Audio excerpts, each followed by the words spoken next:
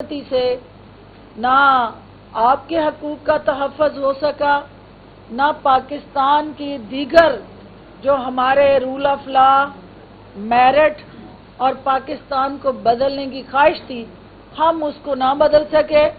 نیا پاکستان کا نعرہ جو تھا وہ 9 مئی کو آپ کی قومی تنصیبات، شہداء کی بے حرمتی، قومی سلامتی کے اداروں پہ چڑھائی، جی ایچ کیو پہ حملے، وہ وہاں جا کے نیا پاکستان جو ہے اس نے اپنے آپ کو دفن کر لیا۔ آج ہم وہی لوگ ایک نئے جذبے، ایک نئے ولولے کے ساتھ، ایک نئے پلیٹ فارم سے اپنے انہی خوابوں کی تعبیر کے لیے باہر نکلے ہیں۔ ہم یہ سمجھتے ہیں کہ ہمارا وہ نوجوان، پڑھا لکھا نوجوان، بے روزگار نوجوان، ٹیکنیکلی وہ نوجوان جس کو اس کا حق بہت پہلے مل جانا چاہیے تھا، لیکن یہاں جو انویسٹمنٹ ہوتی رہی، جو پروجیکٹ بنتے رہے، وہ یا اوور ہیڈ برج، یا انڈر پاس، یا میٹروز، اورنج ٹرینیں، یا میٹرو لائنز، اس لیے کہ ان منصوبوں میں ہیوی کمیشنز اور میگا کک بیکس انوالو تھی۔ آج تک کسی سیاسی جماعت نے یا حکومت نے ان نوجوانوں پہ انویسٹمنٹ نہیں کی، ہیومن ریسورس پہ ڈیولپمنٹ نہیں کی۔ تو ساتھیوں، استحکام پاکستان پارٹی پہلی دفعہ نئے پاکستان سے نکل کے ہم ڈیجیٹل پاکستان کی طرف بڑھنا چاہ رہے ہیں۔ ہم ڈیجیٹل پاکستان میں ان نوجوانوں پہ انویسٹمنٹ کرنا چاہ رہے ہیں۔ ہم ہیومن ریسورس ڈیولپمنٹ سے اس پاکستان کو ڈیجیٹل مائنڈ سیٹ کے ساتھ دنیا کے ساتھ جوڑنا چاہ رہے ہیں، اور انشاءاللہ استحکام پاکستان پارٹی جو ہے وہ جہانگیر ترین صاحب کے تجربے اور علیم خان صاحب کی صدارت میں جس طرح سے اس بکھرے ہوئے نوجوان کے خواب ہیں ان کو اکٹھا کر کے، یکجا کر کے حکومتی ایوانوں میں اپنا وہ کردار ادا کرنے کے لیے کوشاں ہیں جس کی آپ توقع کرتے ہیں۔ اور آخر میں چونکہ یہ جو قیام پاکستان کی جدوجہد تھی، یہ نوجوانوں کے بغیر وہ خواب جو تھا حقیقت نہیں بن سکتا تھا، اور ان نوجوانوں کا جوش اور جذبہ کس نے ابھارا، کس نے وہ خواب دیکھا؟ وہ علامہ اقبال تھے۔ علامہ اقبال کے شاہین جو ہے، استحکام پاکستان پارٹی نے اگر شاہین کا نشان جو چنا ہے، اس کے پیچھے پاکستان کی وہ آئیڈیالوجی ہے، وہ خواب ہے جو علامہ اقبال نے دیکھا اور حضرت قائد اعظم نے اس کی تعبیر دی۔ آج وہ خواب قیام پاکستان تو بن گیا، لیکن 76 سال ہو گئے وہ خواب حقیقی پاکستان کا پورا نہ ہو سکا۔ استحکام پاکستان پارٹی قیام پاکستان کے وقت جو نوجوانوں کو متحرک کر کے اس تحریک کو عملی تعبیر دی تھی، آج اسی شاہین کو، اقبال کے شاہین جو ہمارے نوجوان ہیں، ان کو استحکام پاکستان کے لیے سیاست کے افق پہ امپاور کرنے جا رہی ہے۔ اور جب ہم یہ کہتے ہیں کہ نوجوان، تو اس سے مراد میری 52% خواتین بھی ہیں، کیونکہ ہماری آبادی کے اندر جہاں 52% خواتین ہیں، تو استحکام پاکستان پارٹی یہ سمجھتی ہے کہ ہم آج معاشی محاذ پہ کیوں دھکے کھا رہے ہیں، ہم کیوں ملک کشکول لے کے پھر رہے ہیں، کیونکہ ہم نے اپنی آدھی سے زیادہ اپنی جو فورس تھی، جو اسٹرینتھ تھی، اس کو یوٹیلائز نہیں کیا۔ اور آج دنیا کے اندر جو چیلنجز ہیں، آج جنگیں سرحد پہ نہیں لڑی جائیں گی، آج جنگیں جو ہیں وہ معاشی محاذ کی جنگیں ہیں۔